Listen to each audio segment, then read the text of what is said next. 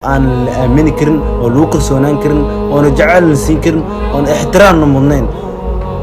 dumarka Soomaaliyeed oo sanadkan dhalinyaradii aad iyo aad u qiyaanaysa aad ay soo badatay muuqaal waxaana aad iyo aad u qiiro badan wiil la isugu daray dhac afeed iyo dhac dhaqaalo marka soo cabanayo oo muuqaal soo duubay la daawada saxaabada la daawada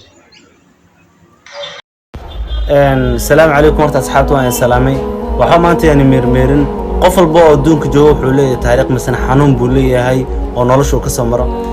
أنا جو حسدي كرا حنون كمان تنولش دي أن كسمري مثلا قيانة اللي جستي ميد أن كحلم واي إن أنقر صدام مثلا أن تذكي يعني سبر فضان يقول حاليا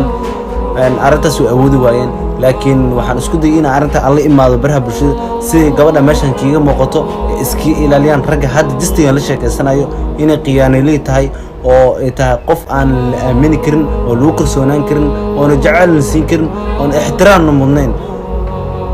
sababtoo gabadha hadda meeshan kiiga muuqato soo taqaana Esther ani ayadu waxaan naga dhixiyay muddo sanad iyo 2 bilood jacayl baan naga dhixiyay jacaylkana wuxuu isku bedelay in ani ayada aan guur aan qabanqaabino maalinka ugu dambeysay oo aan rabay in ayada soo doonto oo wax walba aan soo diyaarsaday oo familka wax walba aan ka soo diyaarsaday habeenkeedii bay soo wacday ayada waliba si walwal ay soo wacday oo qof argagaxsan camal ay soo wacday ilaa qofku markuu yacni ku dhakraayo masana uu rabo inuu ku qiyaano wuxuu ku gabanayaa gabasho weyn ku gabanayaa faansitan oo rag banor soo qiyaanay arintan way faansiiyeen jeclaan okay aniga kuma xumeyn hadalka waan ka dhuray waan wareystay maxaa jiraan dhahay waxa ay sheegtay inay maamo eedida ku xanuunsan xamar iskara tahay waxaan ugu tiraaday hadaan yani aad biri soo doonato oo mar uu meherkana dhaco guriga inuu ku xigo hadaan mar guri galno yani fursad ma helayo aan ku baxo oo yani meelaha ku aado ilaa qof la qabaan ahay oo markaas xasan marka waxay weydiisatay inay biri yani ay ku baxdo si degdeg ah oo yani aan dib u dhigo arinta guurka okay ana waan ka aqbalay laakiin waxay ii raacsay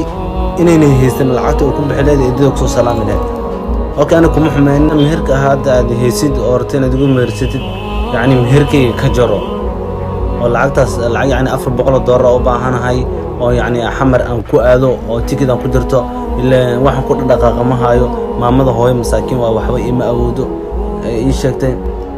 ma xumaan dhahay waan diray ilaa nina ayada aan isku geyn inay ii soo laabato laakiin markii xamar tagtay danaheeday gaartay balooga isartay marka asxaabi waxaan ka codsanayaa inaad xaqiiqa ii soo dhicisaan oo qoftaas wixii ahal yihiin oo isku dhow yihiin ay ka isqaanaan ay xoolaha ii soo qaadaan kaliya ma ahan 400 waxaan hadda haysto sanad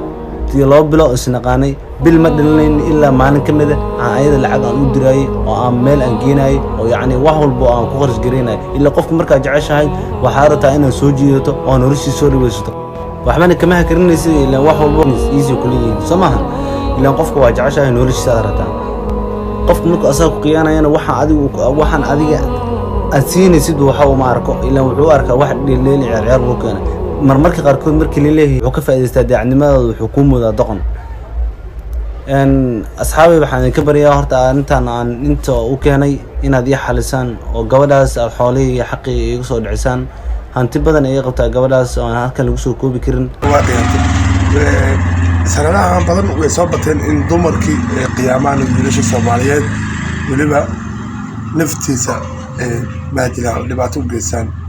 jacayl fara badan ku abuuraan lacagtana ka cunaan ka bacdina maartay faraha ka qaadaan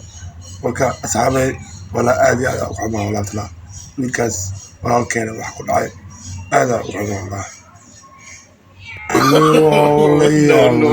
no.